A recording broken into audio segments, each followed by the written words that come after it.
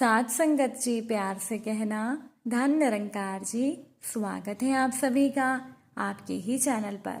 आज मैं आप सभी के लिए एक बहुत खूबसूरत साखी लेकर आई हूँ।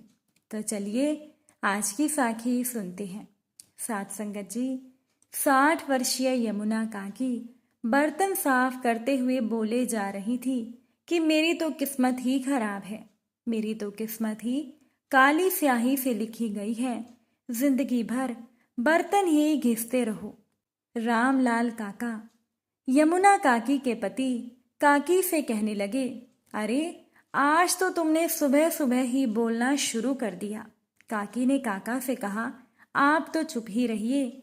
रामलाल काका ने कहा, ऐसा क्या हो गया जो तुम्हें इतना गुस्सा आ रहा है? तब काकी ने कहा, क्या हो गया, सब कुछ किया कराया आपका ही है और अब आप भोले बन रही हैं। काका ने कहा, पहेलियां क्यों बुझा रही हो, सीधे से क्यों नहीं बताती हो कि आखिर मैंने किया क्या है? काकी ने कहा, जब आपको पता है कि मेरी तबीयत थोड़ी खराब है, तब भी आपने बेटे और बहू को घूमने के लिए भेज दिया। हमारी भी तो शादी हुई थी, क्या हम कहीं घूमने गए थे? काकी ने गुस्से में कहा। तब काका ने काकी से कहा, यानी कि तुम्हें पुरानी बातों के गिले शिकवे हैं। काकी ने कहा, मैं गिले शिकवे करके क्या करूंगी, मेरी तो किस्मत ही काली स्याही से लिखी गई है। साथ संगत जी, ये यमुना काकी का तकिया कलाम है जिसे वो हर कहीं फिट कर देती है। यमुना काकी अपने मायके में 8 भाई बहनों में सबसे बड़ी थी। अब जाहिर सी बात है कि सबसे बड़ी होने की वजह से उन पर जिम्मेदारी भी थी। घर के काम में माँ की मदद करना, बर्तन साफ करना, झाड़ू पोछा करना। सबसे बड़ी होने के कारण हर एक चीज का त्याग भी उनको करना ही पड़ता था। 18 साल की उम्र में शादी होकर आंखों में ढेर सारे सपने लेकर यमुना काकी ससुराल में आ गई और उनकी सास कुछ ज्यादा ही अनुशासन प्रिय थी। सुबह 4 बजे उठकर घर की सफाई करना, नहाना, पूजा करना, फिर आटा पीसना, ये सब करते करते सुबह के 6 बज जाते थे और सभी सदस्य उठने लगते थे। फिर यमुना काकी पहुंच जाती थी रसोई में सबके लिए चाय बनाने। अपने ससुराल में यमुना काकी सबसे बड़ी बहू थी। 4 नंदों और 2 देवरों की जिम्मेदारी भी उन पर थी। उन्हें सारा दिन रसोई में ही बिताना पड़ता था। थोड़ी देर भी आराम करने के लिए नहीं मिलता था। ऊपर से सास की डांट भी सुनने को मिलती थी और घर के बाहर तो कदम रख ही नहीं सकते थे और पति के साथ जाने का तो सवाल ही नहीं उठता, क्योंकि भले घर की बहू बेटी पति के साथ कहीं नहीं जाती है। शादी को 2 साल बीत गए और यमुना काकी के घर एक बेटी का जन्म हो गया। अब तो यमुना काकी का काम और बढ़ गया। शादी के 6 सालों के बाद उनके घर एक बेटे का जन्म भी हो गया। नंदों की शादियां होती गई। जब देवर की शादी हुई तब जाकर यमुना काकी को कुछ आराम मिला। समय के साथ सब बदलता गया। छोटे से कस्बे में रहने वाली सासू माँ का परिवार अब शहर में शिफ्ट हो गया था। कस्बे के घर में रामलाल काका का परिवार और सासू माँ रह गई।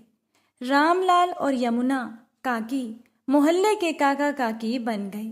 बेटी की शादी हुई और बेटा शहर में नौकरी करने लगा और सासू माँ का देहांत हो गया।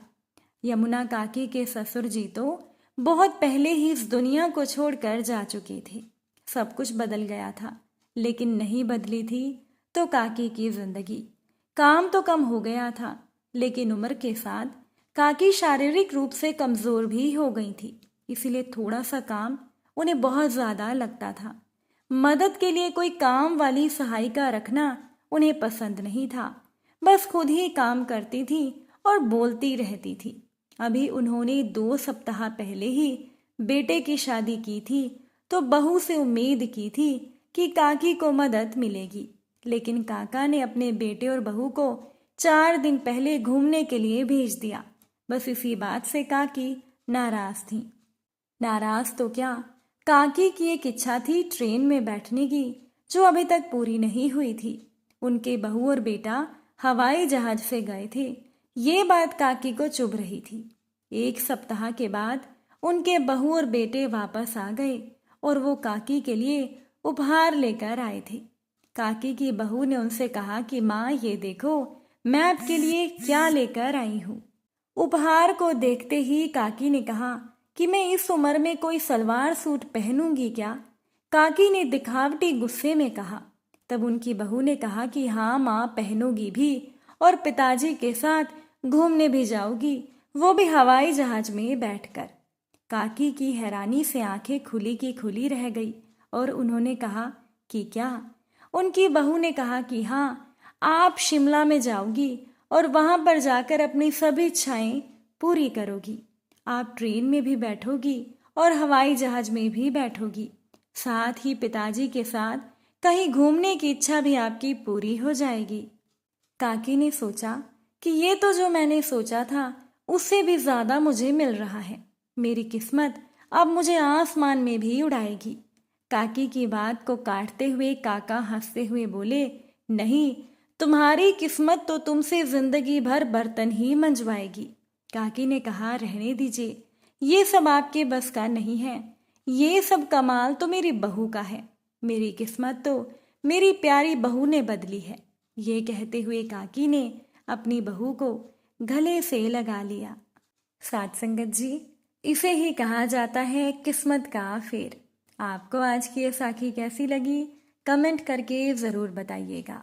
अगर साखी पसंद आई हो, वीडियो को लाइक कीजिएगा। चैनल पर नए हैं तो सब्सक्राइब कीजिएगा। आप सभी से फिर मुलाकात होगी एक नई साखी के साथ। साथ संगत जी, प्यार से कहना, धन निरंकार जी।